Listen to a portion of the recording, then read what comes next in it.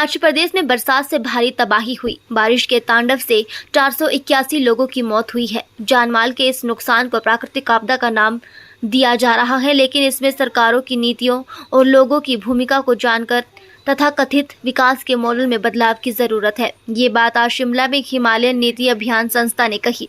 Himalayan नीति के समन्वयक गुमान सिंह ने कहा कि हिमाचल में विकास का जो मॉडल अपनाया जा रहा है, इसे समय रहते बदला न गया तो ये विनाश का कारण बनेगा। उन्होंने कहा कि ये नुकसान बारिश से नहीं हुआ, बल्कि जो अवैध डंपिंग नदी नालों में की गई है उससे हुआ है। उन्होंने कहा कि NHAI ने सड़कों का निर्माण जिस तरह से किया है, पहाड़ों की गलत कटिंग से ज़्यादा नुकसान हुआ है। इस लापरवाही से सैकड़ों लोगों को नुकसान उठाना पड़ा। NHAI और FIR होनी चाहिए। पोंग डैम से जिस तरह से पानी छोड़ा गया उससे बहुत नुकसान हुआ, इसके खिलाफ कार्रवाई होनी चाहिए। उन्होंने कहा कि राज्यपाल मिले हैं और राष्ट्रीय आपदा घोषित करने की मांग की। वो मुख्यमंत्री से मिलकर 55 सूत्रीय सुझाव पत्र देंगे। ऐसे में भाजपा कांग्रेस को राजनीति का खेल न खेलकर प्रदेश को पटरी पर लाने के लिए काम करने की जरूरत है। हम गवर्नर साहब से हिमालयन नीति अभियान का सब प्रदेश के जन संगठनों का एक प्रतिनिधिमंडल मिला और हमने उनसे मांग की कि ये जो आपदा इस वक्त हिमाचल प्रदेश में आई है, त्रासदी हुई है, इसमें इतना नुकसान हुआ है जिसका हम स्टेट रेवेन्यूज और एक्सचेकर की वजह से उसकी भरपाई नहीं कर सकते। सेंटर को इसको राष्ट्रीय आपदा घोषित किया जाना चाहिए। एक दूसरा, हम मानते हैं और ये सरकार भी मान रही है अब कि ये मैन मेड डिजास्टर है। ये सिर्फ बारिश का वजह से नहीं, उसकी वजह है कि हमने गलत तरीके से बांधों का निर्माण, खासकर नेशनल हाईवे और 4 लेन का निर्माण किया। हमने रूरल रोड्स में भी बहुत सारी अनियमितताएं बरती, इनको रोकना चाहिए। तीसरा है कि आज हम जंगलों की कटाई को भी एक सवाल बनाना चाहते हैं। 80 के बाद सरकार की तरफ से जंगल काटना बंद हुए, परंतु उसके बाद डैमों ने, सड़कों ने और दूसरे निर्माण ने जंगलों की भारी तबाही की और उसका परिणाम है आज हम भुगत रहे हैं इस डिजास्टर को।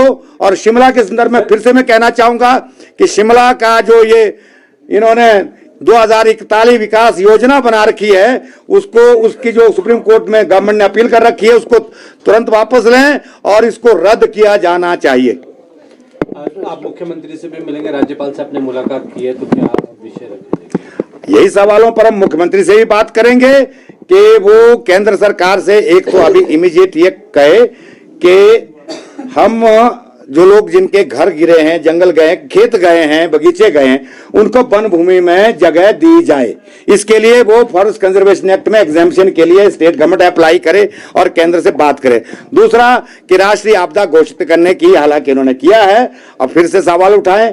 और उसके बाद जो हिमाचल प्रदेश में आगे विकास होना है, it is duty of state government now. मैं सुकूर जी से भी कहूंगा इसके बाद कि ये इंश्योर करें कि अनियमितताएं ना बरती जाएं और बड़ा चौड़ाकरण सड़क का ना किए जाए, मक डंपिंग प्रॉपर हो, बड़े निर्माण पर रोक हो, बांधों पर रोक हो और गांव-गांव में अलग अलग इलाकों का अलग अलग अध्ययन करके, जियो फिजिकल स्टडीज करके वहां पर निर्माण की नीति निर्धारित की जानी चाहिए, जिसमें वहां के लोगों को भी शामिल किया जाना चाहिए।